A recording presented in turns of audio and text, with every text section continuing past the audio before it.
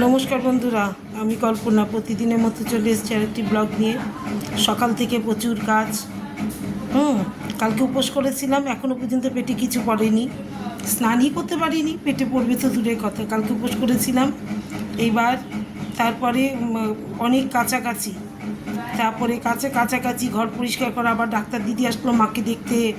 হ্যাঁ, মার নাহলে পেনশন পাবে না, তো মাসে একবার করে উনি আসে চেক আপ করতে, মার পেনশন, তারপরে পেনশন তুলতে যায়। এই দেখো আমি আজকে এখন কি রান্না করিনি, এই দেখো আমি এখানে করে নিয়েছি গরম গরম সাদা ভাত। হ্যাঁ, আর এখানে দুটো মাছ ভাজা করেছি, এই যে বাটা মাছ ভাজা পেঁয়াজ দিয়ে, একটু পেঁয়াজ কুচিয়ে দিয়েছি।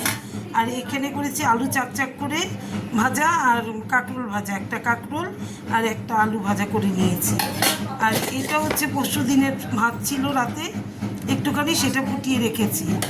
আর পরশু দিনের এই দেখো শঙ্কর মাছ রয়েছে, ওইটা জাল দিয়ে রেখেছি। আর আজকে আমি এখানে করেছি রুই মাছ, এই দেখো হালকা করে রুই মাছ, কালকে উপোস করেছি তো এই জন্য আজকে কাঁচা লঙ্কা দিয়ে হালকা করে একটা পেঁয়াজ কুচিয়ে দিয়েছি শুধু, আর একটু জিরের গুঁড়ো দিয়ে এই মাছটা করেছি আলু দিয়ে, এই যে রুই মাছ। এই আজকে আমার এই মেনু। আর কি করব বলো, কালকে উপোস করেছি, ভাল লাগছে না, শরীরে তাল পাচ্ছি না কোনো, বুঝতে পেরে কোনো তাল নেই, বেতাল হয়ে গেছি এখন আমি। আর এই আজকে আমার মেনু এই। এখন এগুলো করে খেতে টেতে দেবো, দিয়ে তারপরে স্নান করব, করে তারপরে ঠাকুর নমস্কার করে তারপরে তোমার খেতে বসবো। সেই খেতে 5:30 পৌনে 6টা, এটাকে খাওয়া বলে না। তাহলে কি, তোমরা তো তোমাদের খাওয়া হয়ে গেছে, রেস্ট নিচ্ছ। আমারটা দেখো, কমেন্ট করো, আমাকে লাইক করো, লাভ দাও। টাটা।